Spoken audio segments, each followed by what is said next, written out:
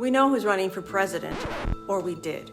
Sunday, July 21st, Joe Biden announced his decision to step down from the Democratic ticket and not to seek re-election.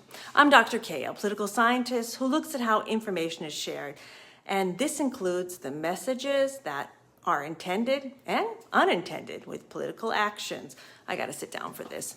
I've got 5 things you should watch for starting now. Number 1, we're going to look for the emergence of new Democratic leadership and who the potential candidates might be.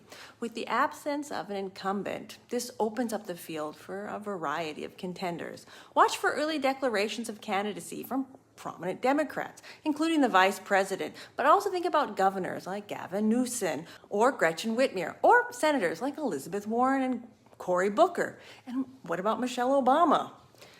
The opening of the field is also going to mean there's going to be some power struggles and some fighting for endorsements, key endorsements from influential Democrats, including former President Obama, could really shape the primary landscape.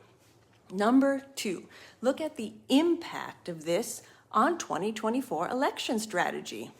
Policies are going to start shifting. New candidates may want to shift the policy focus so they can distinguish themselves from the Biden administration.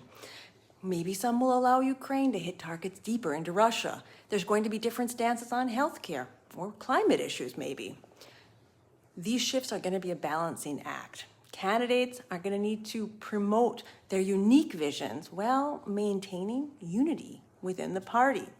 The next thing you should be watching for is the Republican response and how their strategy is changing. They're going to have to adjust to who the emerging candidate is. Expect targeted attacks and a focus on exploiting any perceived weakness or divisions in the Democratic Party.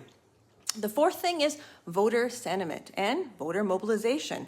Watch for how different Democratic candidates appeal to the party's base and how they try to get the votes of key demographics like young voters, minorities, and progressives. And finally, number 5, watch the media coverage and public perception. How is Biden's decision framed?